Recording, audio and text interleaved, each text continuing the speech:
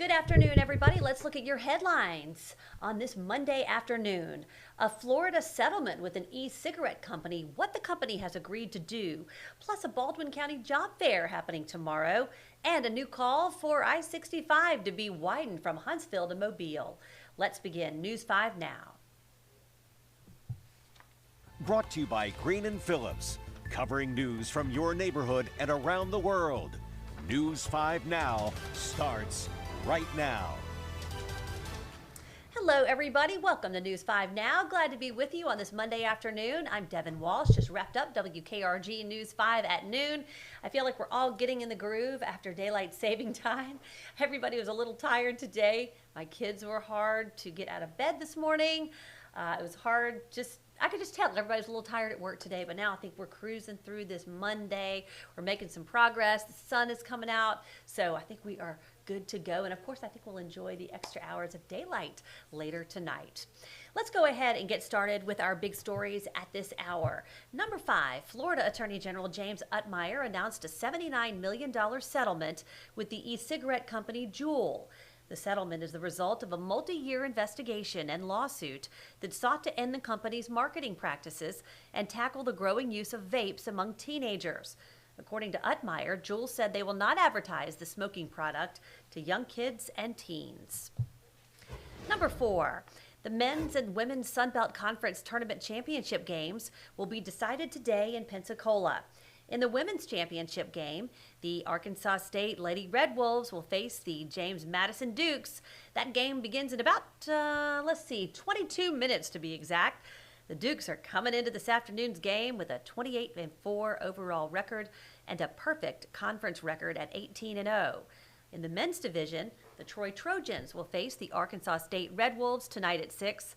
The South Alabama Jags lost last night to Arkansas State 74-71. I was hoping they would pull out the win, but they did not. Number 3, job seekers can head to Foley tomorrow to get the chance to find employment. A job fair will be held at the Foley Civic Center from 9 to noon. 31 employers will be there looking to fill empty positions. Job seekers should bring resumes and dress for an interview.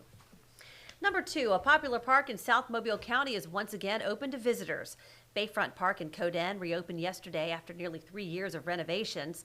Some of the improvements include a new pocket beach, playground, and walking paths. And number 1, Alabama's Lieutenant Governor is once again proposing widening I-65 from Huntsville to Mobile. In a video posted to his social media account, Will Ainsworth renewed calls to widen the interstate to 6 lanes across the state. Right now, most of I-65 changes from 4 lanes to 2 lanes while driving across the state. Ainsworth, who is part of the Go Wide I-65 coalition, is also running to be the state's next governor next year. And that is a look at our big stories at this hour. Widening I-65, yes sirree. Wouldn't that be great? I mean, we've all been stuck in those traffic jams, especially around like Montgomery and definitely in Birmingham. It's definitely work that needs to be done, but the growing pains of that would be horrible, but the end result definitely would be good. Okay, everybody, we are asking you a question that a lot of parents struggle with teenagers, and it has to do with alcohol use. We want to see what you think. Should parents allow teenagers to drink alcohol at home? Should parents allow teens to drink alcohol at home? And the reason why we're asking this question is because a study came out that said letting teens drink alcohol at home may lead to heavier alcohol use as young adults. So we're asking you if you think it's a good idea or not. Why is this even a question? No, says Lisa rather. Absolutely not, Kevin says. William says, I never made it a huge issue, a punishable thing. I said, I hope you make good decisions. If they were at a party and drank too much, I told them they could call their parents. I never got angry. I wanted them to trust me.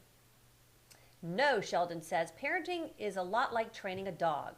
You have to maintain a position of control and respect. You are not your kid's friend. You are their parent. Scott says, only allow Mad Dog 2020 and they will likely never want alcohol again. That's funny, Scott. Okay, now Lawrence here says in Spain it's very normal for children and teens to partake in tastings. You also don't want to see a bunch of teens and young adults trying to drink to get drunk. They drink way more moderately than kids here. It's not that big a deal to them. You know, it is true how in Europe they drink earlier. And so you don't see as much binge drinking according to Lourdes. Okay, it's odd, Marco says, that countries with lower legal drinking ages have less issues with drunk driving than a country where the legal drinking age is 21. I wonder if they figured it out. Haley says, we allow one drink on a rare occasion for older teens. I know they're safe at home with us. So thank you so much to all of you who commented. We got a lot of comments on this question, 737 comments. Can't read them all, but thank you so much for participating and letting us know what you do as a parent. All right, now we're getting to our poll of the day. We asked you this on Friday, and a lot of you have weighed in. Are you ready to spring ahead for daylight saving time? Yes or no? You can still comment if you want, because I know today's comments have a lot to do with how people feel today. Yes, and leave it this way all around. They need to stop. This is ridiculous. I prefer to keep standard time. I want it to stay permanently, says Christy. So go ahead and vote. You can still do that until 5:30 this evening to participate in our poll, and you can go ahead and vote on WKRG.com or WKRG's Facebook page. All right, everybody, that's going to do it for this edition of News 5 Now. I will see you later today for WKRG News 5 at 5, and I'll see you for WKRG News 5 at 6 o'clock. Have a great afternoon, and I'll see you on TV a little bit later. Bye-bye.